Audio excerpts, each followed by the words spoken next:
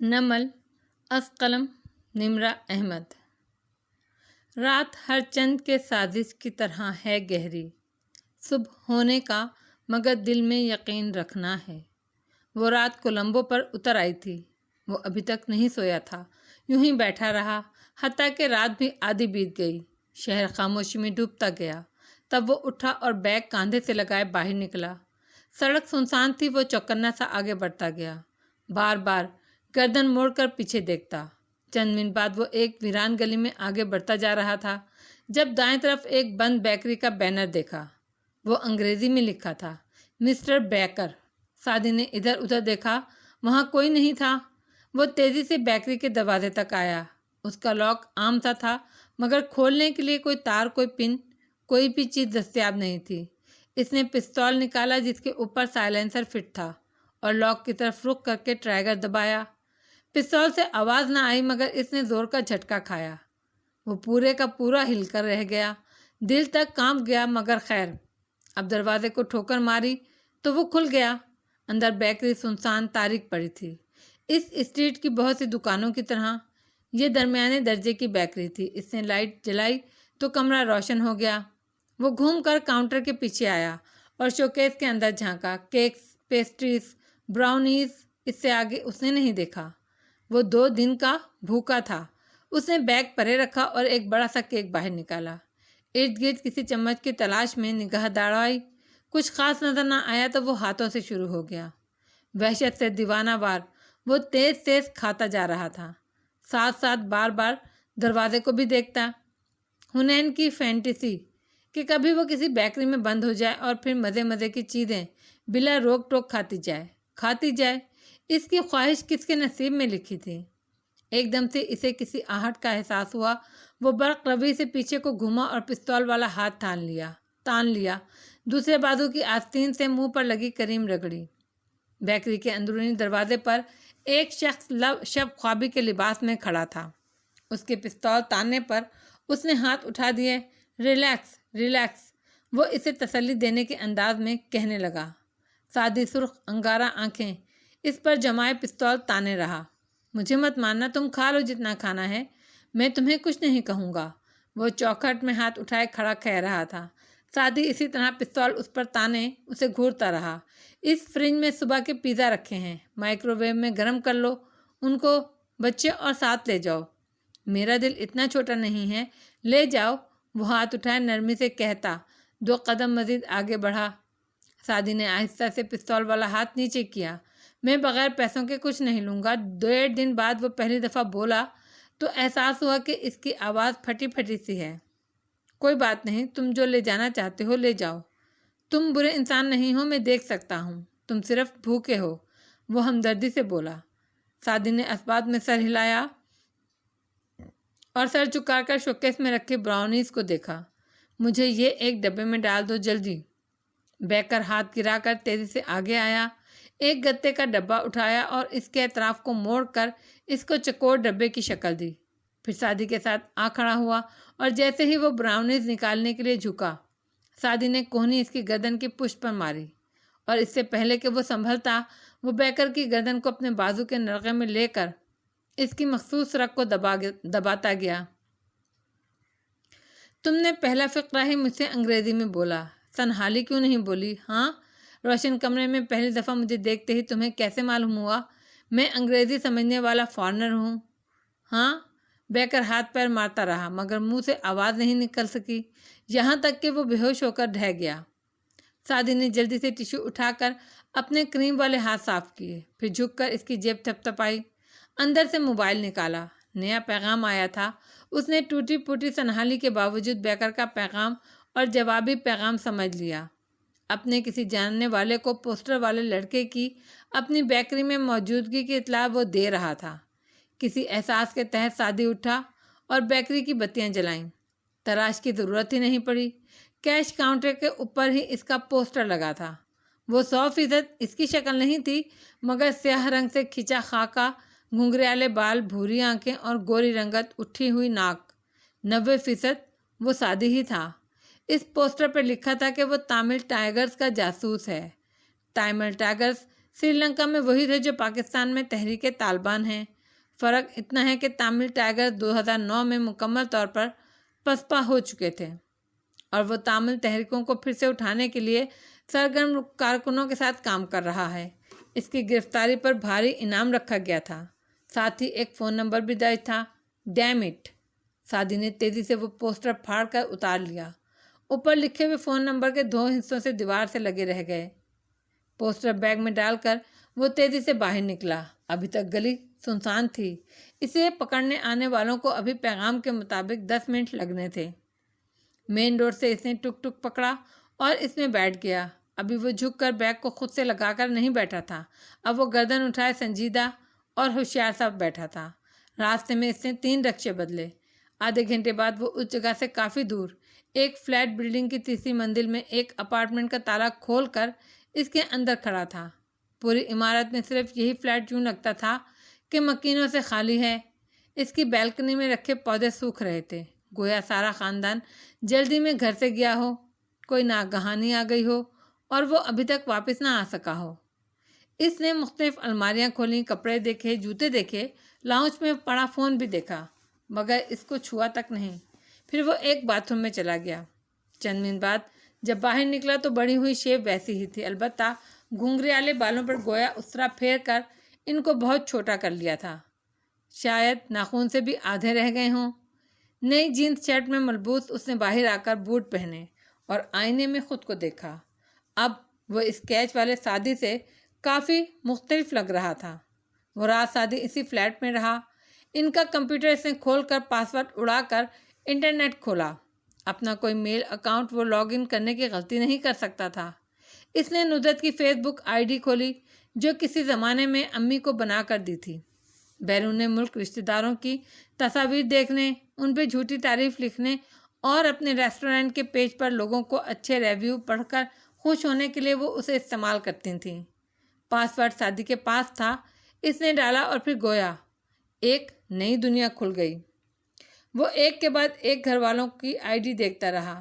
سب کی time line بھری ہوئی تھی، تصویریں چیک ان کی، کون کہاں گیا، کس کی سالگرہ ہوئی، کس نے کس کو ٹیگ کیا۔ حنین اور زمر کی اکٹھی مسکراتی ہوئی سیلفی، یہ دونوں ایک دوسرے کے ساتھ اتنی خوش۔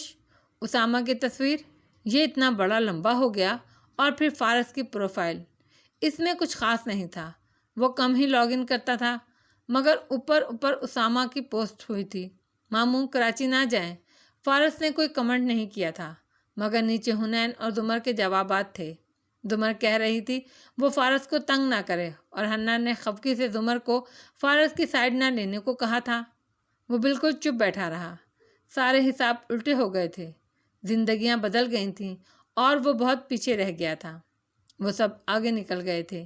ان کی زندگیاں کتنی پرسکون اور صاف ستھری تھیں۔ فارس جو جیل میں تہجد اور فجر پڑھا کرتا تھا، اب بھی اس کا ایمان ایسا ہی مضبوط تھا، ہر قسم کے کفر سے پاک۔ حنین، اس کی بہن، جس کی پروفائل پہ فجر کی نماز سے متعلق احادیث لکھی تھی، وہ کتنی سچی سی حنا تھی، ہر طرح کے جھوٹ سے پاک۔